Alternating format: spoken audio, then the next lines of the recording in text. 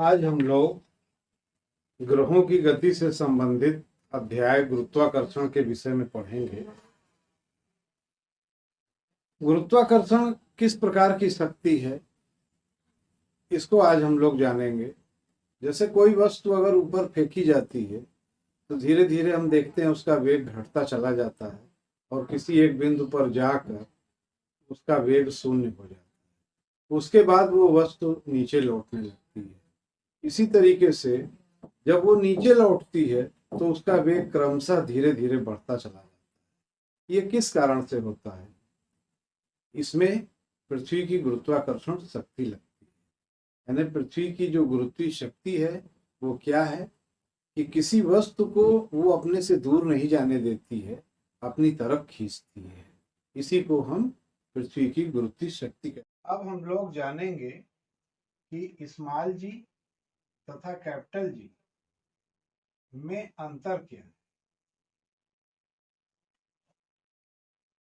Difference in दोनों में।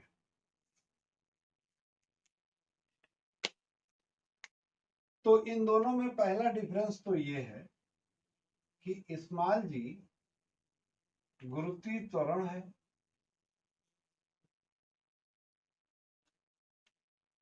अर्थात एक भौतिक राशि है, गुरुत्वीय त्वरण है। जबकि कैपिटल जी सार्वत्रिक गुरुत्वाकर्षण नियतांक।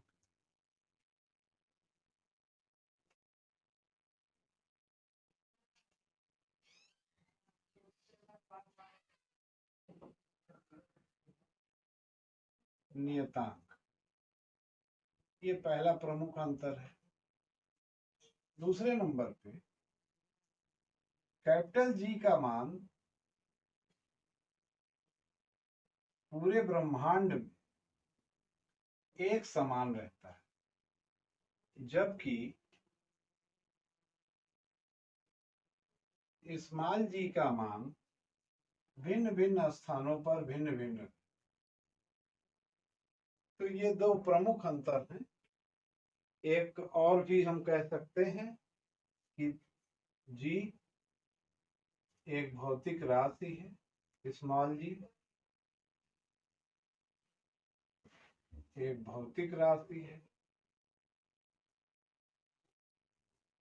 जबकि कैपिटल जी एक नियतांक।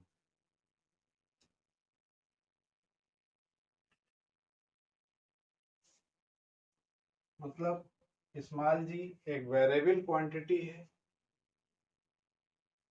जबकि कैपिटल जी एक कांस्टेंट। ठीक है, अब हम लोग आगे जानेंगे। अब हम लोग केपलर के नियमों के विषय में जानेंगे। सबसे पहले हम लोग थोड़ा सा केपलर महोदय के विषय में थोड़ी सी जानकारी कर लें। ये कौन थे और इन्होंने क्या किया? केपलर महोदय कापरनिकस के स्टूडेंट थे। कापरनिकस ने अपना पूरा जीवन गुरुत्वाकर्षण की खोज में लगा दिया और ये न्यूटन के भी पूर्ववर्ती थे। इसके बाद केपलर ने मृत्युशैया पर पड़े कापरनिकस से सारी जानकारी एक ग्रंथ में लिख ली और बाद में केपलर ने इस पे कुछ अपना भी कार्य करते हुए इसे अपना नियम के रूप में दिया। और इन्हीं की सूक्ष्म जानकारी न्यूटन को भी हुई थी, जिसके आधार पर उन्होंने अपना इतना बड़ा नियम दिया, जो कि प्रिंसिपिया में वर्णित है। तो केपलर ने ग्रहों के संबंधित, ग्रहों की गति से संबंधित 3 नियम दिए। पहला नियम था सभी ग्रह सूर्य के चारों ओर दीर्घवृत्ताकार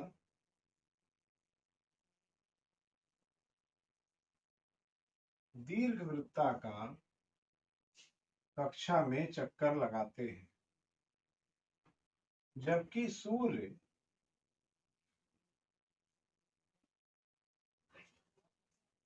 कक्षा की एक नाभि पर स्थित होता है। बच्चों, सबसे पहले हम लोग जान लें कि दीर्घ वृत्त क्या। वृत्त तो आप जानते हैं, लेकिन दीर्घ वृत्त आप नहीं जानते। दीर्घ वृत्त एक ऐसा वृत्त होता है जो अंडाकार होता है। इस तरीके से हो सकता है। इसमें दो त्रिज्याएं होती हैं। केंद्र तो इसका एक होगा, लेकिन एक ऊर्ध्व त्रिज्या होती है और एक क्षैतिज त्रिज्या होती है। ये दो तरह की इसमें त्रिज्याएं होती हैं। इनका बहुत उपयोग हुआ है रसायन विज्ञान में भी। और इसको तो इसमें ये तो केंद्र हो गया। इसके अलावा इसकी जो दो नाभियां हैं वो इन सिरों पर होती है। इन्हें फोकस कहते हैं। ये दो नाभियां, एक निकटवर्ती इधर से और एक दूरवर्ती। तो C1 और C2 ये दो नाभियां होती हैं। तो इस पर कहीं सूर्य स्थित होता है। अब जब कोई ग्रह सूर्य के चक्कर लगाता है तो जैसे ही वो इस यहां पर स्थित नाभि पर स्थित सूर्य के समीप होता है तो इस पर बहुत ज्यादा गुरुत्वाकर्षण बल लगने लगता है, जो इसके वेग को बहुत तेज बढ़ा देता है। तो ये यहां तक एक सामान्य रूप से आ रहा है, देख रहे हो, और उसके बाद फिर ये भाग गया। इसकी दूरी बढ़ने लग जाती है और फिर तो ये वृत्ताकार न होके दीर्घ वृत्ताकार हो जाता है। फिर यहाँ आया। अब यहाँ से ये अधिकतम दूरी हो गई सूर्य से, तो फिर इस पर अब गुरुत्वाकर्षण बल काफी कम लगने लगा है। लेकिन फिर ये जैसे जैसे पास आता है वैसे इसके ऊपर गुरुत्वीय बल यहाँ से ज्यादा लगने लग जाता है और फिर इसकी दूरी घटने लग जाती है और घटते घटते ये इस बिंदु पर पहुंचता है। ये हमें जान लेना चाहिए। इसके बाद दूसरा नियम है कि प्रत्येक ग्रह से सूर्य को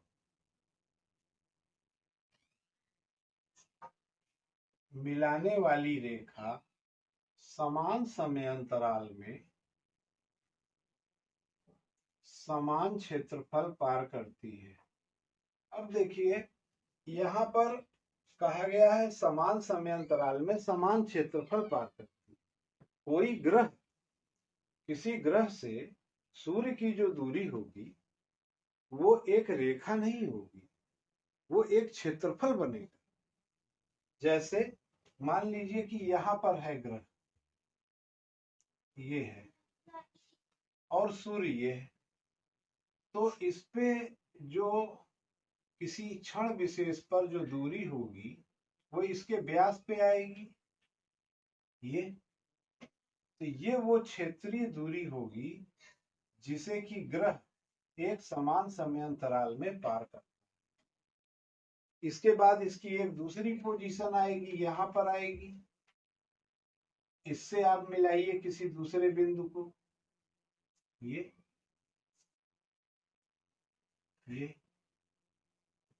इसके व्यास को मिलाएंगे तो ये कोई लाइन नहीं बनेगी, ये क्षेत्रफल होगा। इसलिए कहा गया है कि क्षेत्रीय चाल नियत होती है, अर्थात प्रत्येक ग्रह की क्षेत्रीय चाल नियत होती है। ये दूसरा नियम है। तीसरा नियम है कि प्रत्येक ग्रह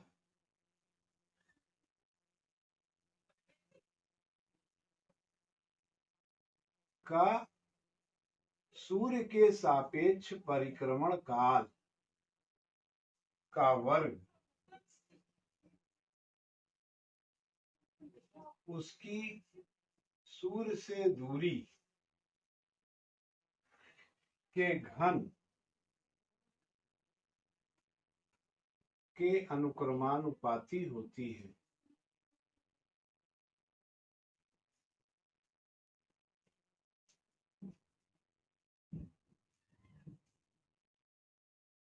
अर्थात टी स्क्वायर अनुक्रमानुपाती आर क्यूब, या T square is equal to K R cube. ये तीसरा नियम है। जी के मान का परिकलन कर लेते हैं गुरुत्वीय त्वरण जी कि इसका क्या मान होना चाहिए। तो अभी हम लोगों ने जो संबंध स्थापित किया है, small G is equal to G M E upon R E square, इस सूत्र की सहायता से हम स्मॉल जी का मान ज्ञात कर सकते हैं। कैपिटल जी का मान 6.67 इंटू 10 टू द पावर -11 ये निकाला जा चुका है। और मास ऑफ अर्थ हम देख लेते हैं, मास ऑफ अर्थ, तो मास ऑफ अर्थ हम लोग देख लेते हैं। तो 6 into 10 to the power 24 kg एक एवरेज वेट लिया गया है, मास लिया गया है। Radius of earth 6.4 into 10 to the power 6 metre होती है। इसे जब हम सरल करेंगे, अब देखिए सरल करने के लिए भी आप थोड़ा सीख लीजिए कैसे सरल किया जाता है। तो ये जो अंक हैं इन्हें पहले लिख लिया जाता है, और इधर आपने 6.4 इंटू 6.4 लिख लिया। इसके बाद जो पावर्स हैं उन्हें एक जगह लिख लीजिए, -11 +24 और -12, इस तरीके से 6 2 जा 12। तो कैलकुलेशन करना आसान हो जाएगा। यहाँ 2 अंक पे दशमलव है, इसे हटा दीजिए, ऊपर का दशमलव हटा दीजिए। तो ये 667 into 6 upon 64 into 64 and into 10 to the power, खाली 10 बचा, 11 12 23 1 बचा। अब इसको अगर हम डिवाइड करें, इसमें देख रहे हैं ये एक प्राइम नंबर है, आप बहुत करेंगे तो इस 6 से इसको थोड़ा काट सकते हैं, एक राशि छोटी हो जाएगी, तो उससे कोई बहुत फायदा नहीं होगा, इसलिए बहुत काटना उठना नहीं चाहिए, मल्टीप्लाई कर लीजिए। 6 7 42, 6 6 36, 4 40, 6 6 36 और 4 40, 4002। ये 10 से गुणा है, एक 0 बढ़ जाएगा। 64 का स्क्वायर कर लेते हैं, 4 चौक 16 और 64, 4 68 8 68, 6 48, 6 36, 4 40, 408 आ गए, और ये एक इधर ये जुड़ जाएगा, इसको आप लोग अलग से कर लीजिएगा। 4096, 4096 आ जाएगा। आप देख रहे हैं कि अगर इसे हम 10 बार ले जाएं तो 40,960 हो जाएगा, जबकि ऊपर 40,020, इसका मतलब है 10 बार नहीं जाएगा, तो ये लगभग वही 9.8 जाता है, 9.8 मीटर प्रति सेकंड। ये स्मॉल जी का मान आप इस तरह से निकाल सकते हैं। इसके बाद हम लोग करेंगे कि चंद्रमा पर जी का मान क्या होता है, इसको भी हम करेंगे। देखिए पृथ्वी और ये चंद्रमा, अब यहाँ ये 2 ग्रह, ये ग्रह हो गया और ये उपग्रह हो, इनके बीच में क्या गुरुत्वाकर्षण बल लग रहा है ये आप जान रहे हैं। कैपिटल एफ से आप निकाल सकते हैं, कैपिटल जी MEM अपान इनके बीच की जो डिस्टेंस है वो इधर ये पृथ्वी की त्रिज्या हो गई और ये h हाइट हो, तो ये RE + H का होल स्क्वायर, ये हम यहां से जानते हैं। अब इस चंद्रमा पर कितना गुरुत्वीय बल लग रहा है, ये चंद्रमा का भार कितना है, अगर उससे कैलकुलेट करें तो m का भार F is equal to mg, तो ये mg डैश हो जाए, क्योंकि चंद्रमा का जो भार होगा वो चंद्रमा को कितना उसकी त्रिज्या खींच रही है, ग्रेविटी खींच रही है, उस पर डिपेंड करे। तो यहां से mg dash is equal to gmem upon re plus h का होल स्क्वायर। तो m अगर कैंसिल कर दें तो g डैश जो है हम यहाँ कैलकुलेट कर सकते हैं। इसमें re अगर हम कॉमन ले लें तो gme अपान re स्क्वायर और ये 1 प्लस h अपान re का होल स्क्वायर। तो gme अपान re स्क्वायर स्मॉल जी है जो कि पृथ्वी का गुरुत्वीय त्वरण है, और ये 1 प्लस h बाई re का होल स्क्वायर। तो इसकी वैल्यू लगभग 6 आती है, तो स्मॉल जी अपान 6 ये चंद्रमा पर गुरुत्वीय त्वरण का मान है। तो आज हम लोग यहीं पर समाप्त करते हैं। इसके बाद जो है आपको इसकी न्यूमेरिकल प्रॉब्लम और जो इसमें बचे हुए और बिंदु हैं इस अध्याय में, उन्हें हम लोग अगले पीरियड में करेंगे। Thank you.